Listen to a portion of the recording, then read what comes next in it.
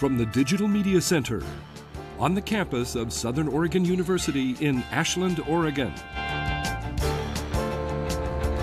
This is Ramping Up Your English, an educational program for intermediate level English language learners. Here's your host for Ramping Up Your English, John Letts.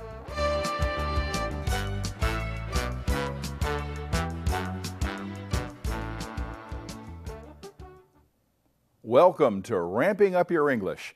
Ramping Up Your English is for English language learners from all language backgrounds who have already begun the process of learning English as their second language. It's a program for people of all ages. If you're seeking greater English proficiency, this program is designed to help you reach that goal. Ramping Up Your English is a support program for English learners who have already passed the beginning stages of learning English. We take a content-based approach to helping you reach higher English proficiency. We use English to teach English. The theme of our first unit is trains and railroads. This is episode 16, segment 1. In episode 15, we finished our journey on Amtrak's Coast Starlight train. The Coast Starlight is considered by many to be the most scenic train of the Amtrak system. Today we board another train that many consider a rival when it comes to the incredible western landscape.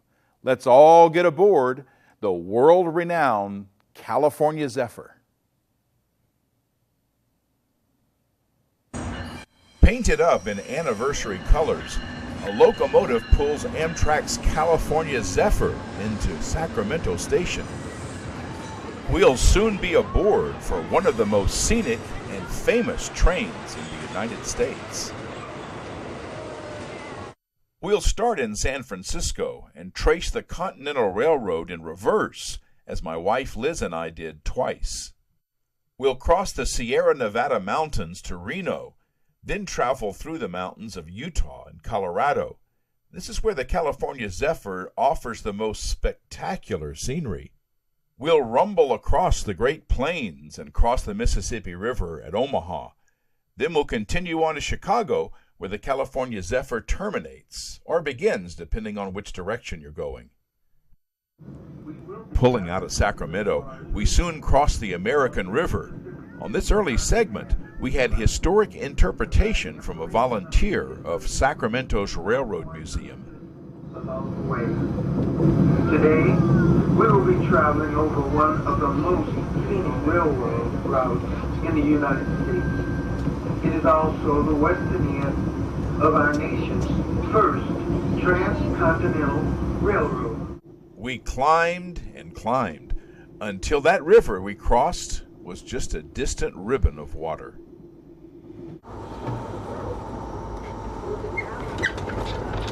Ladies and gentlemen, this is Cape Horn. This promontory overlooks the North Fork of the American River, which is visible below from the right side of the train. At this point, the river is about 1,800 feet below us. Early day passenger trains stopped here, and the riders was invited to the train and enjoy this spectacular view. By the way, this is the same river we crossed as we departed Sacramento. We are on the California Zephyr.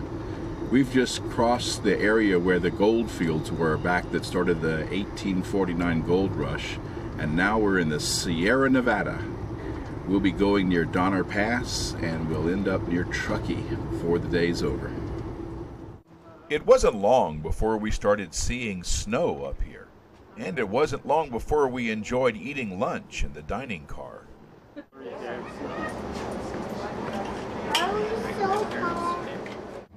The Sierra Nevada mountains were a major obstacle for the Central Pacific Railroad, building eastward to meet the Union Pacific.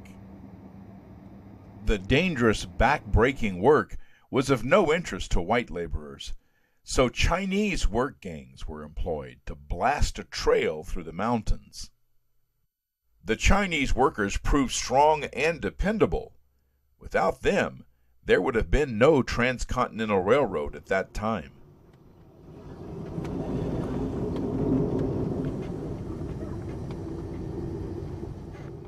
They found that they could only trust each other when setting off dynamite to blast tunnels from hard rock. The California Zephyr passes through many of these tunnels through the Sierra Nevada mountains.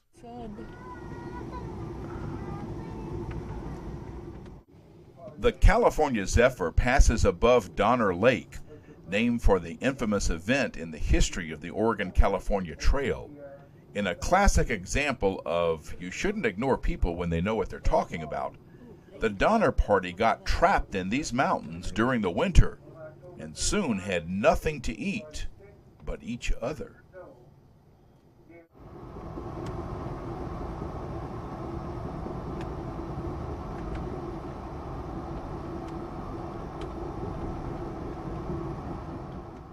Descending from Donner Pass, the California Zephyr passes a freight train waiting on a siding.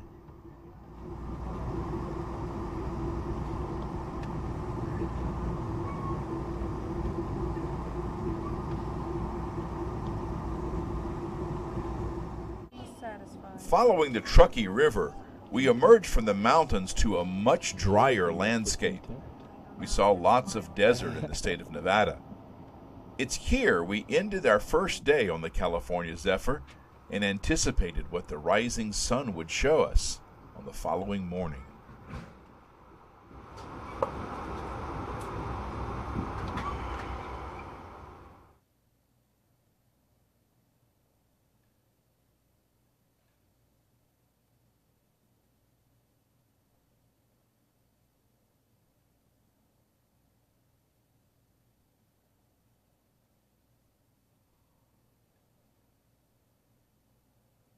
Welcome back to Ramping Up Your English.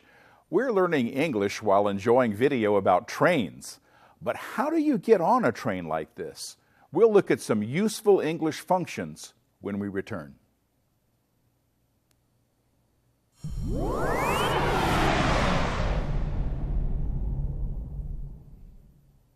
This is a Ramping Up Your English book review. After American Railroad's golden age, thousands of miles of track were abandoned. Rather than see these valuable transportation corridors disappear, an organization called Rails to Trails turns them into trails for bicycling, hiking, and sometimes horseback riding. Members get to see good work that's being done by enjoying the organization's magazine. Each issue features rail trails throughout the country, as well as maps that can help them enjoy them. There are always interesting features like this one on railroad trestles. If you want to receive the magazine, you must become a member. I bought my first copy from a group that supports libraries, but I soon became a member myself to support their important work. Millions of people are enjoying healthy lives by getting outside and using these trails.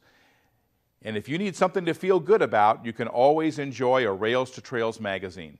You can contact Rails to Trails at railstotrails.org. You may never get to drive a train, but you can enjoy hiking and biking where the trains used to pass. For Ramping Up Your English, I'm John Letts.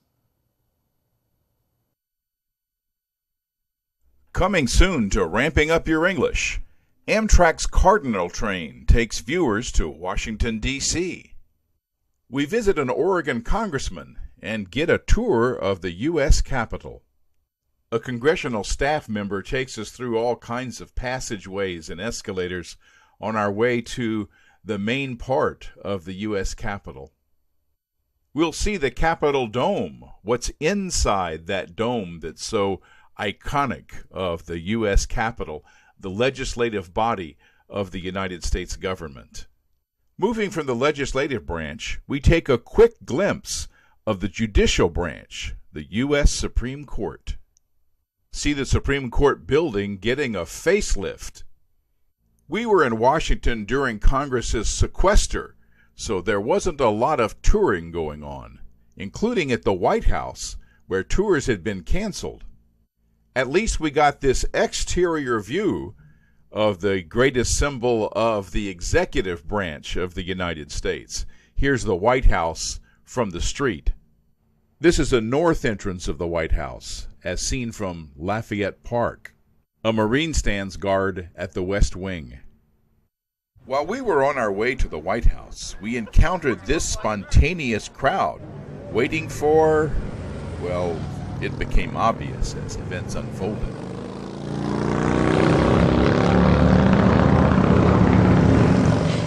Here was President Obama's motorcade as he was returning from a trip to Miami, heading toward the White House.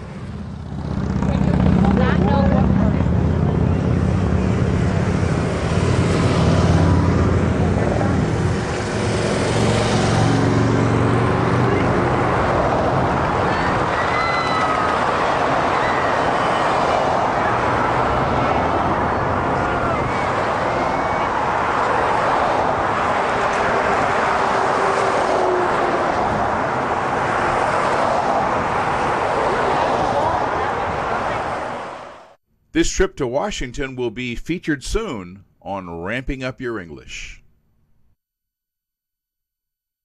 Back to Ramping Up Your English, a support program for intermediate level English learners. You can watch and download this program and others by visiting archive.org/details/rogue-tv. Choose Ramping Up Your English from the sidebar or choose my name, John Letts. You can see this program on Channel 15 in Ashland and Channel 182 on Charter Cable. This is Episode 16, Segment 2. In Episode 14, we practice using a schedule, also called a timetable, to plan a rail trip, make a reservation, buy a ticket, and catch the train. Today, let's look at some words that sometimes give trouble to intermediate-level English learners. The words to consider are the words should and must. These words are similar, but they are also different enough that mistaking one for the other could leave you on a train platform watching the train leave the station without you. The word should is a word of advice and shouldn't be used as a warning, although it sometimes is. Should is also a word of judgment, which means it needs to be used carefully. In a practical sense, the word should tells someone about the best action that would take place in a certain situation. You might, for example, have made reservations ahead of time and someone says, you should do that. Well, the person giving this advice is not saying you can't get on the train without doing this. They probably see an advantage to booking early and they want you to have that advantage. Another example would be, you should use your smartphone app to get a ticket. Well, that doesn't mean that's the only way to get a ticket. It just means it's the way they prefer. Now, be warned that some people use the word should when they mean must. If you hear that you should bring proof of ID when checking in for the train, you could be disappointed when you find that you can't board the train without it. Must would have been the correct word to use there. This is when it helps to have a high enough English proficiency to ask clarifying questions. Now, some people are sensitive about being told they should do something. That communication could be interpreted as judgment of the way someone does something. If you want to explore the platform, for example, you might not appreciate your travel companion telling you that you should sit on the bench instead.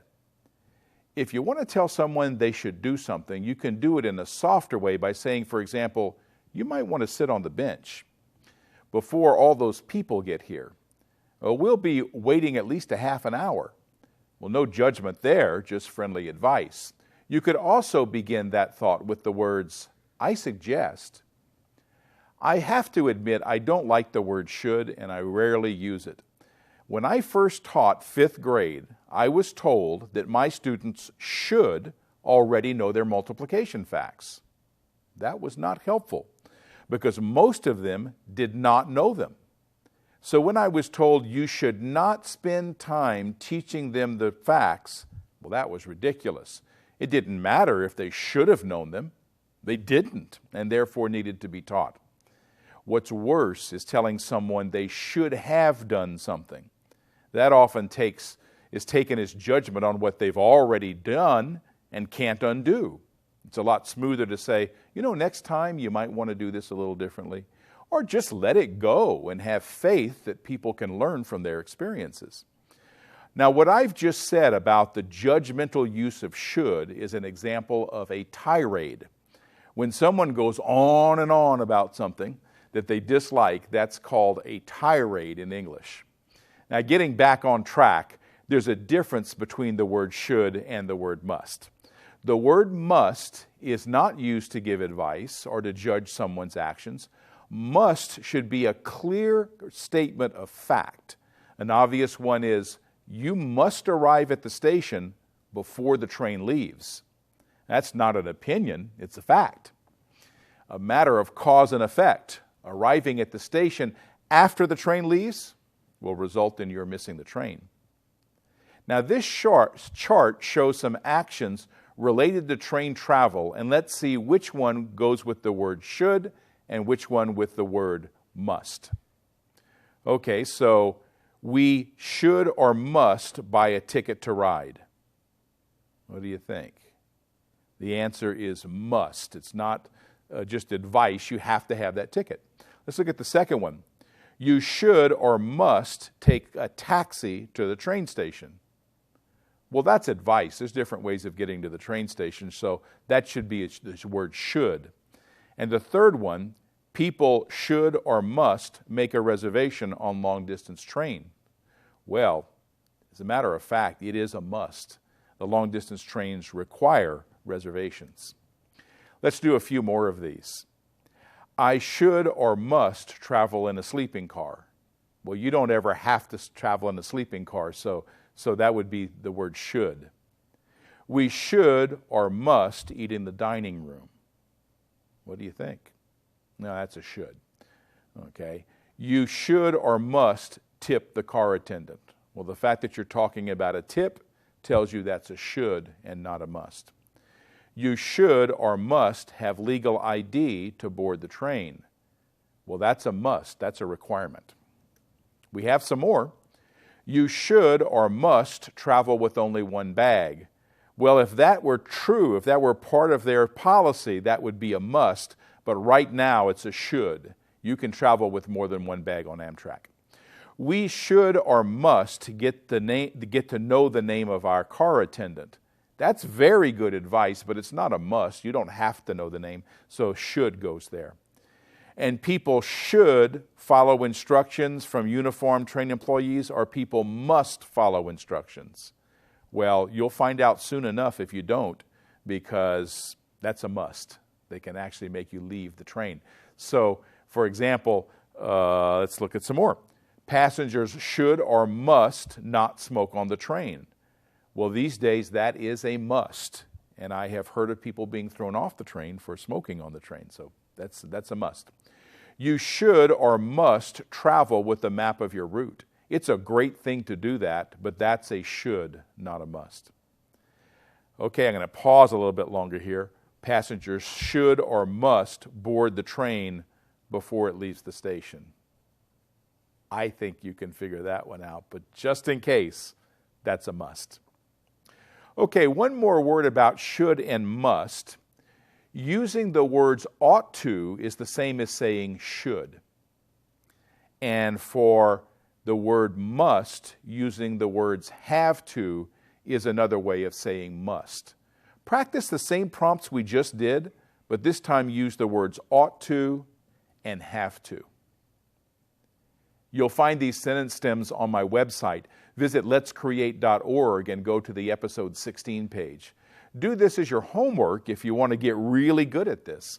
I suggest putting this in your notebook. Also, come up with your own list of things that you should and must do.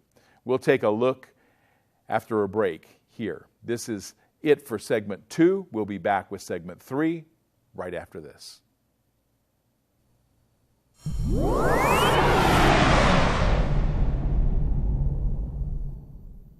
This is a Ramping Up Your English book review. If you want to go back in time to the very birth of trains and railroads, you want to read the book The History of Railways by Colin Heinsohn from Scholastic Books. The book's format reminds me of eyewitness books with small illustrations and ample text.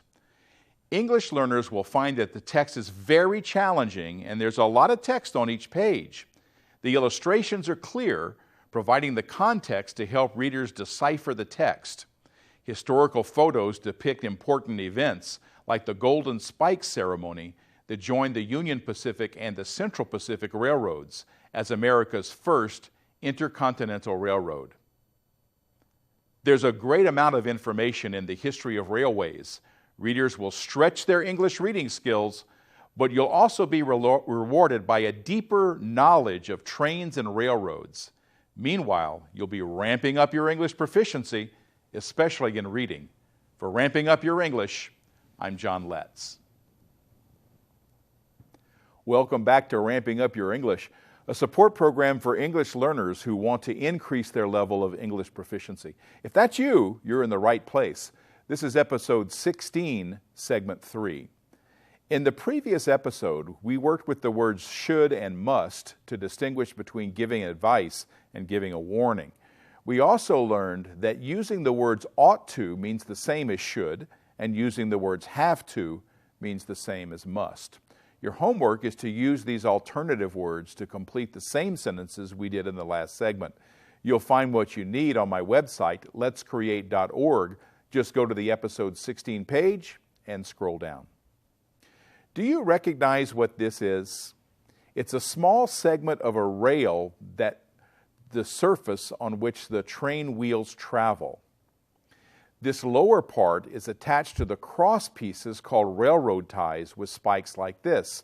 The ties are usually made of wood in the shape of a rectangular prism laid perpendicular to the rails. Those who built the railroads used hammers with long handles to drive in these spikes. The upper part is what holds the wheels on the track. It's the part that's in contact with the train's wheels. The video clip you just saw is the first segment of today's program featuring the California Zephyr leaving California and traveling east through the Sierra Nevada mountains. That's the section of the Transcontinental Railroad built by Central Pacific Railroad to meet up with the Union Pacific in Promontory, Utah. To learn more about the building of the Transcontinental Railroad, I suggest watching episode 3. There's a lot of history there about the building of America's first transcontinental railroad.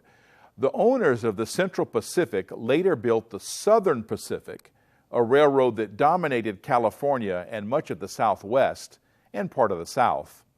Today, the California Zephyr travels this section of the Transcontinental Railroad. Southern Pacific operated the transcontinental route, known as the Overland Route, in cooperation with Union Pacific, making it possible for passengers to reach San Francisco from Chicago on trains called the City of San Francisco and others. However, the world-renowned California Zephyr was not run by either Southern Pacific or Union Pacific. The California Zephyr was operated by 3 railroad companies. From Chicago, it was operated by the Burlington Railroad. From Denver, it was operated by the Rio Grande Railroad. And the final section of the route was operated by Western Pacific. The railroad celebrated on this cup. The operators of the California Zephyr were determined to compete with Southern Pacific with both freight and passenger trains. Western Pacific approached the San Francisco Bay Area on a famous route called the Feather River Canyon. This route today is a passion for rail fans due to its unique and picturesque engineering. The Western Pacific incorporates a feather in its logo to identify with this engineering accomplishment. The Feather River Canyon serves only freight trains today, with the exception of some excursion railroad trips. This shows the Western Pacific pulling the dome cars of the California Zephyr, as it did on the third leg of that trip from Chicago. Here's a close-up of one of those dome cars on the California Zephyr. Some of these cars are still rolling on the rails as private cars pulled behind Amtrak trains. It's a good time now for you to do an informal assessment of how much of this program you understood today. Write down about what percentage of the program you understood in your notebook. An example might be that you understood 80% of what you saw and heard. If you understood more or less in the video clip compared to the rest of the program, write that down as well. Be sure to write down the date and the episode number, which is 16. You can repeat the program. Just go to my website, letscreate.org, and find the episode 16 page. Click the link to see this program again. You'll also see a bonus video of the Coast Starlight Southbound, which includes a visit to California's Elkhorn Slough and scenes of gray whales. Well, that's all for segment 3 of episode 16 of Ramping Up Your English. I want to thank my awesome crew who volunteered their time and talents to make this program possible. I want to thank my announcer, Bob Ayers, and I want to thank you, our viewers. See you next time on RVTV Voices for Ramping Up Your English. I'm John Letts. You've been watching Ramping Up Your English, a support program for intermediate level English language learners. Learn more. Visit our website at letscreate.org. You can also watch or download today's program at archive.org/details/roadtv. Join us next time on RVTV Voices for Ramping Up Your English.